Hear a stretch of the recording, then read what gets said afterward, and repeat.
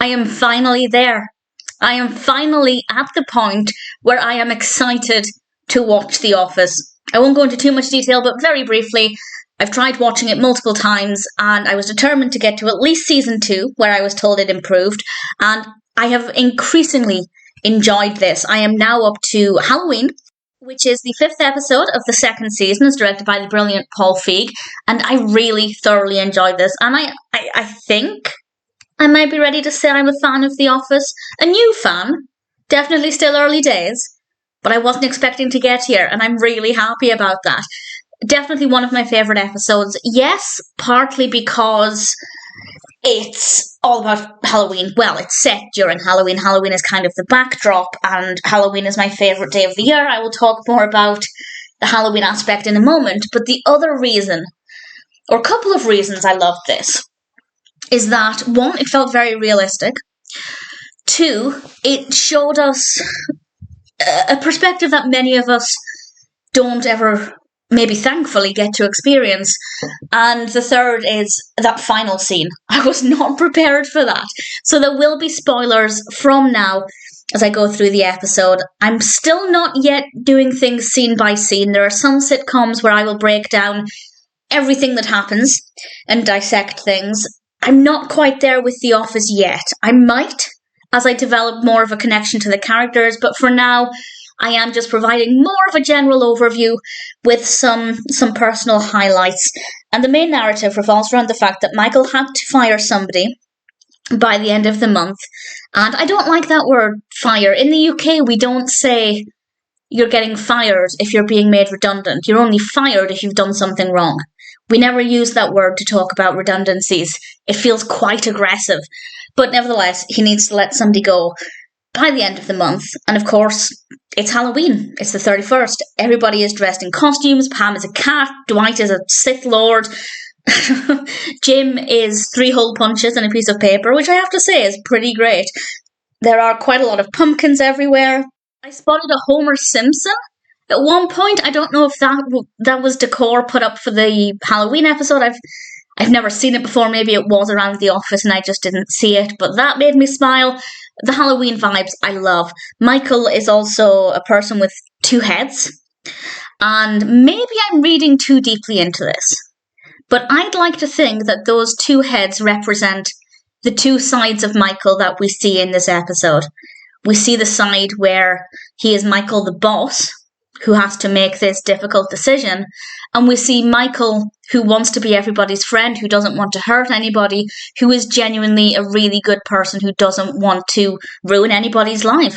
And maybe I am thinking too deeply into it. Maybe they just wanted to give him a second head, but I'd like to think that there's a deeper meaning there. And Michael actually said a quote that I had never ever thought of before, and now it's something that's always going to be in my mind.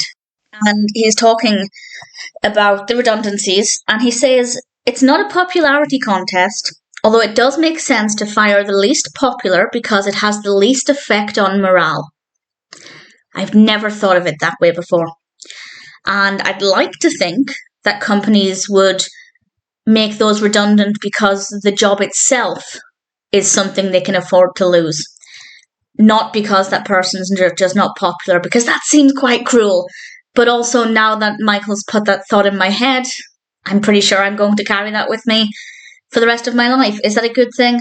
I don't think so. But I did like the quote. It made me think quite a lot. While Michael is dealing with this, Pam and Jim are having some fun of their own. They've decided, because they're fed up of Dwight, to put Dwight's CV onto a whole bunch of places.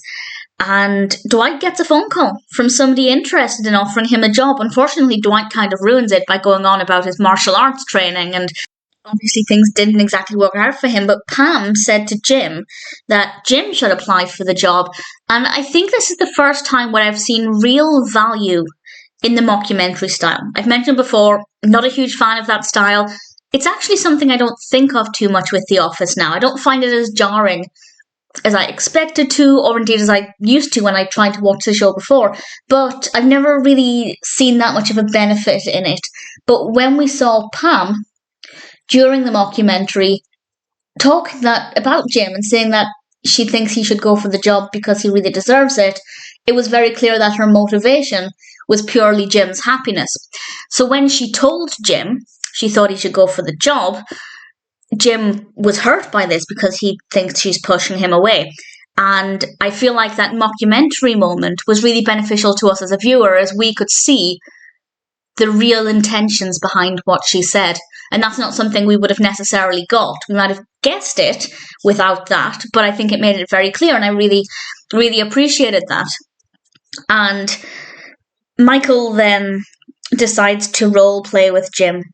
And this is the bit where one of the reasons why I like this is that we get to see a perspective that most of us will never get to see, and that's the position of the person doing the firing. There's actually an episode of Cheers, just if you're considering watching Cheers, that deals with this very topic, where one of the characters has to let multiple people go, and they did a great job with it.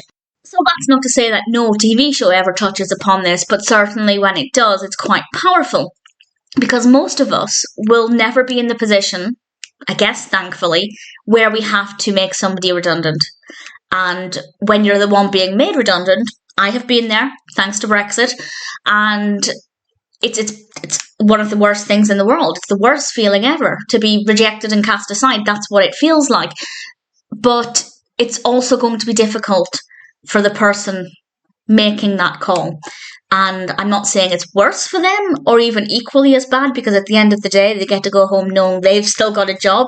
They can still put a roof over their head. They're not going to be out on the street. But it also is worth remembering that just because it's not quite as difficult for them, it doesn't mean they're not also struggling with it. And to just remember that that person is a human with human emotions, as we see with Michael. He didn't want to do this. And I think that the episode did a really great job of showing his perspective in this situation. And when he had the role play with Jim, I thought that was really interesting and very well done. I don't necessarily think that everybody should do that in the workplace, because if somebody said to me, can we role play somebody getting fired, I definitely would be panicking about the state of the company. But I think that is an interesting perspective, and it was really kind of fascinating to see. And I rather enjoyed that scene. I thought it was well executed, and I think Jim rather enjoyed it as well, particularly when he took the phone call and pretended to be Michael. Of course, the big question is, who is he going to let go? And this scene and then the next scene are amazing, both for different reasons. The scene where Michael eventually lets somebody go is amazing because it feels so real, it's so powerful, it's too realistic, but I think they did an amazing job with it. And initially he's trying to let go of Creed, and Creed basically says no.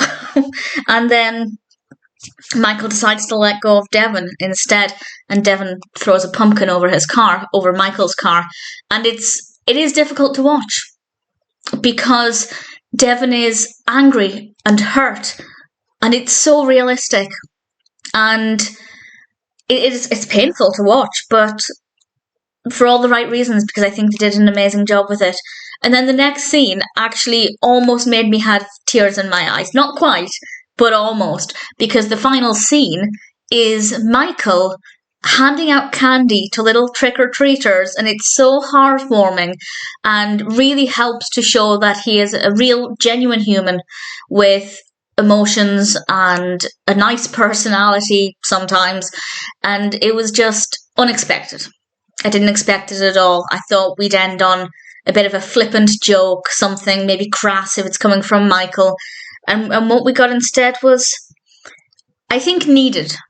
Really heartwarming after a pretty brutal scene, and I think they did an amazing job with it. There are, as I've mentioned, multiple reasons why I think Halloween is so far one of the strongest episodes. Really thoroughly enjoyed it, very powerful, and yeah, I never thought I'd be saying this, at least this early on, but I am really looking forward to watching the next episode of The Office.